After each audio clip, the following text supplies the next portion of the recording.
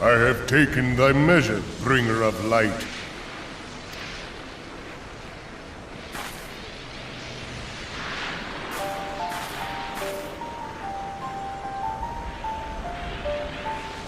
And I judge thee a worthy champion. The task of excising the sin that hath taken root in man's heart is thine. Shrink not from employing thy strength in service to the forest and the wider realm beyond. Like hungering shadows do the enemies of harmony gather, and meekness will but feed them. If man is to be delivered from the dark, it shall be by thy guiding light alone. Stray not from the path, for if thou dost, thy people shall be truly lost.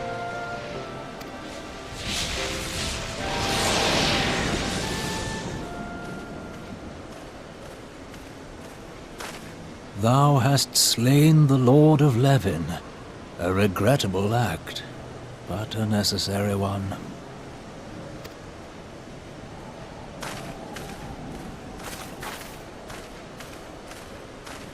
In witnessing thy struggle, a truth hath been revealed unto me. If I mistake not, it may yet prove a chink in the eternal armor of the Ascians. But let us conclude our present business. I shall expound upon my findings at the Rising Stones anon.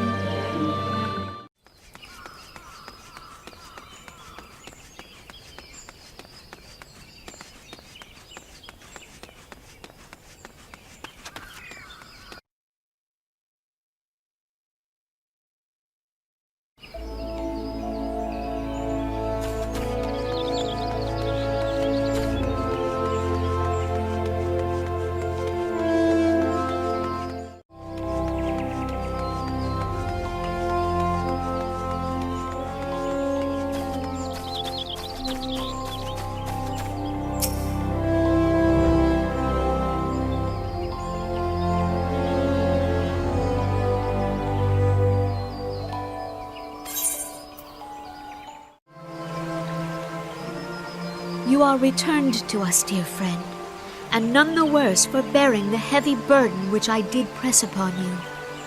Most glad am I of this. I am informed that your efforts to negotiate a peace with Lord Ramuh ended in conflict. Pray tell me, what befell?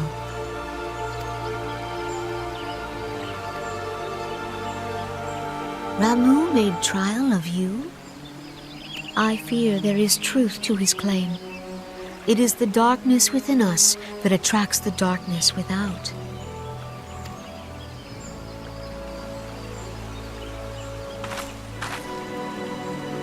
It cannot be denied that misfortune follows man. For evidence, one need only look to the conflict brewing in Cartano, or to the rising flood of refugees. Our shared struggle against the Empire should have served to seal our union. Yet the ties which bind the alliance strain under the weight of gross self-interest. As the scars of the calamity begin to fade, so too does our sense of common purpose. Yet now is scarce the time to forget our shared responsibility. If this new-sprung realm is to survive beyond its infancy, it must needs be nurtured by all. Eorzea must be as one. Yet I fear that dream is still far off.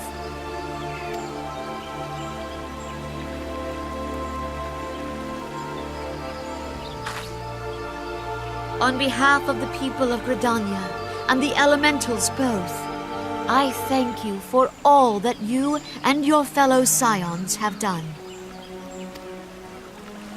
Full oft have I been compelled to look to you for aid of late, and offered all too little in return. As leader of this nation, I shall endeavor to prove a more worthy ally to your cause henceforth.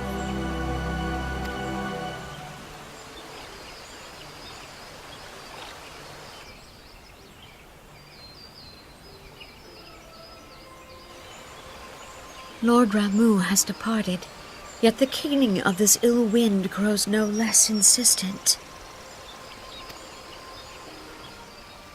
Voices of the forest, pray speak and I shall listen. What unseen evil begets this unease in my heart?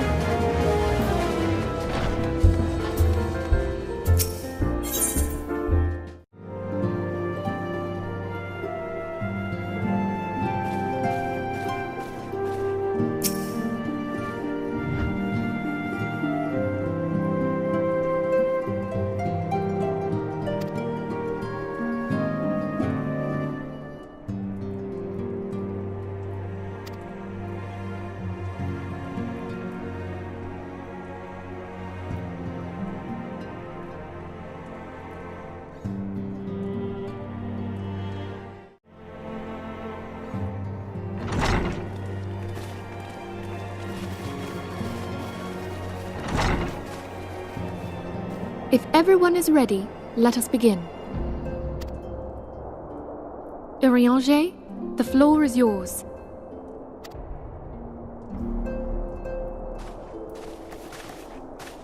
As all here assembled now know, in its final hours as our Order's headquarters, the waking sands did play host to a most unexpected visitor. I speak of the Ascian clad in white, Elidibus. Unwelcome though his presence was, his words that day did serve to confirm a truth long suspected, that the Ascians are eternal beings, to whom physical destruction is as a temporary inconvenience. In the intervening time, Eorzea and I have striven to discover a means by which the Ascians might more permanently be slain. And 'tis my belief that we have found the thread that will allow us to unravel the twisted skein of their existence. In the moments prior to Leviathan's most recent manifestation, the Sahagin elder who summoned him was observed to undergo some manner of ascension. The etheric readings taken by Y'shtola at the time of this transfiguration have proven most enlightening. The disruption to the flow of ether was sudden and dramatic. So tangible was the agitation, I scarce had need of my goggles. The significance of Y'shtola's readings might better be understood in the context of mine own, taken at the instant of the Lord of Levin's demise. Unlike the Primal, the Sahagin was not subject to etheric dissipation. Before discussing our new discoveries, it may benefit us all to recall what we know of etheric behavior.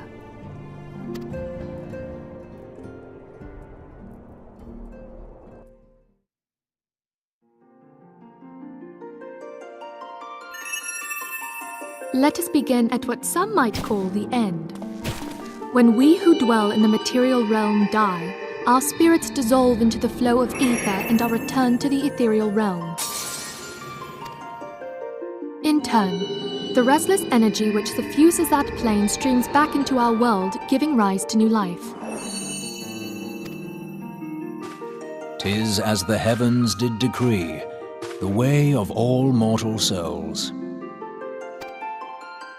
Twixt this world and the next do the ethereal currents swirl, bearing the very essence of life.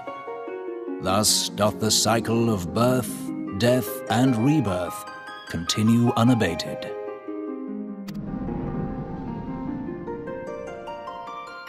Primals behave somewhat differently. In order to manifest and then maintain a physical presence in this realm, they must consume vast quantities of ether, most often in the form of crystals. Though they may seem to live, their flesh is but ether given shape.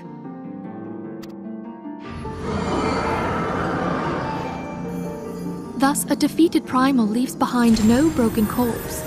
Rather, the essence of its form seeps back into the land whence it came, and the energy of its shattered spirit is called back to the ethereal realm. And there it waiteth, till next the prayers of the faithful do draw it forth from the sea of ether, to take their offering of crystals and make for itself a new body.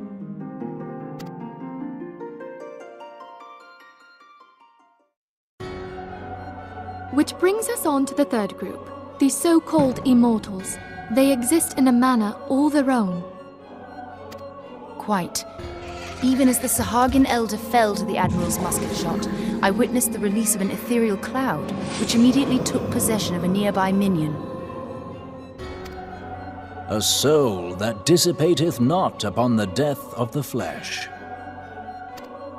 The secret of life everlasting, and in the claws of a Sahagin no less.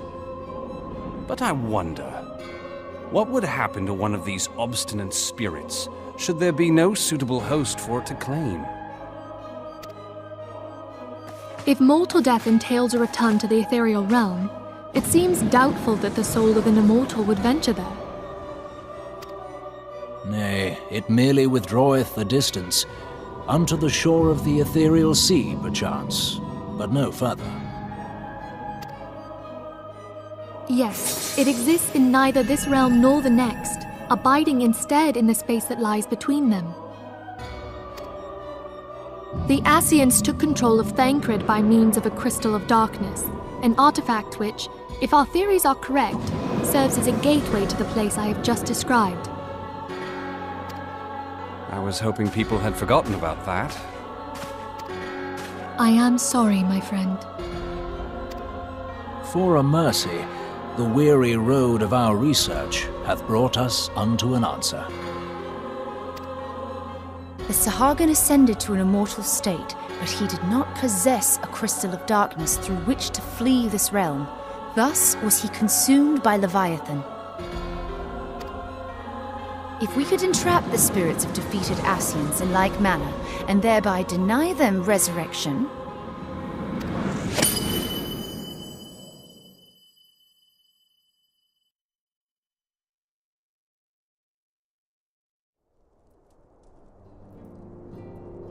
therein lieth the path to victory.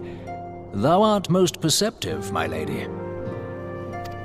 Only when we have trapped the bodiless soul within an ethereal prison can we hope to defeat its unnatural constancy.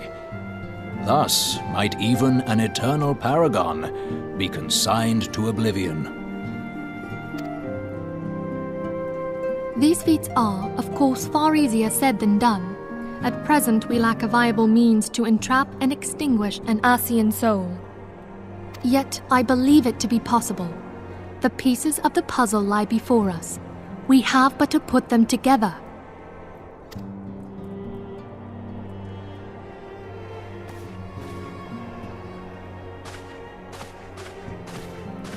I will depart at once to convene with the sages of Sharlayan. Together shall we divine the steps by which our goals may be achieved. I have the utmost faith in you, Archon.